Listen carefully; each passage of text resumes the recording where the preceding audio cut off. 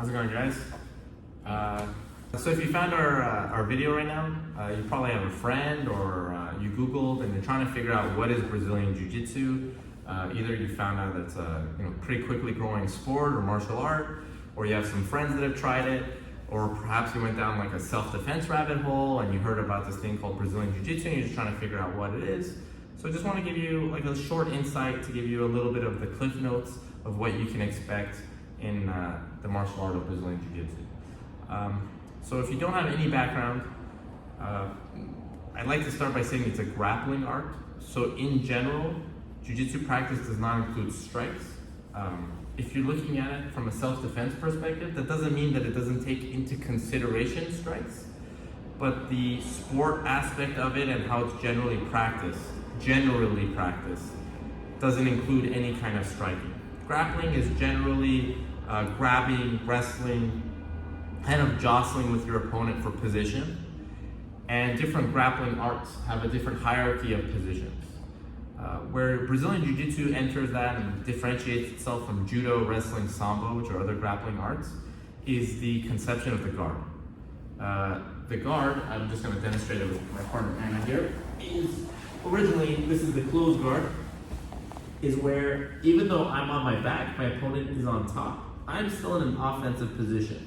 I have my legs, which are able to manipulate my opponent or my partner's weight and balance, and I can bring my legs in between us, which can also help manipulate her body in different ways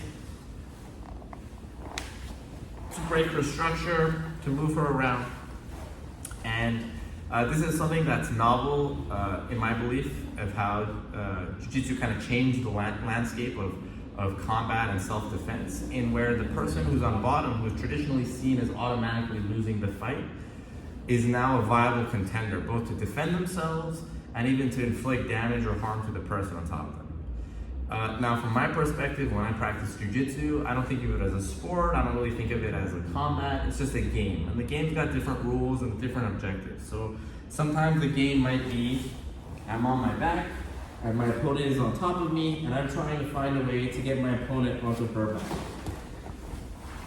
And now I'm on top. Sometimes the game is for my opponent, is she wants to get around my guard, so she's gonna find a way to get around my legs. And she's gonna get on top of me, and her job now is to control me. And in general, the ending sequence for Jiu-Jitsu, with the end goal for both the sport, the art, is through means of submission. And what we mean by submission, obviously, we're not looking to inflict harm upon our training partners or even our opponents in the real world if we don't want to. But we want to get them to a place where they submit and they acknowledge that they've been defeated. And generally, that's by demonstrating control and by threatening some kind of joint lock.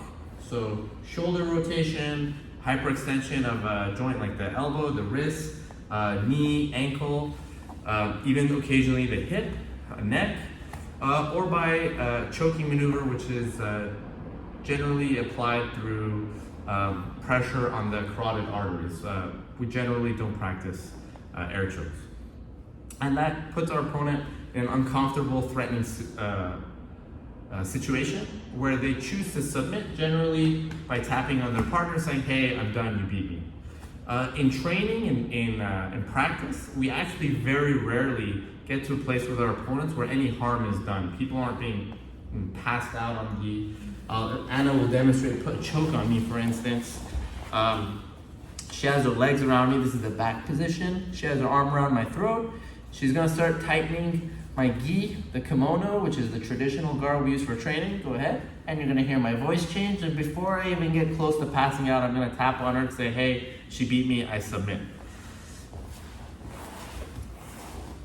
And the martial art and how it's involved is basically a combination of techniques, both to defend and to apply positional dominance, meaning how do I get on top of my partner, how do I keep them down, and then how do I apply a submission lock, or how to defend against my partner. How do I defend the submission lock, how do I reverse this situation, and how do I get away from a potential attacker or situation.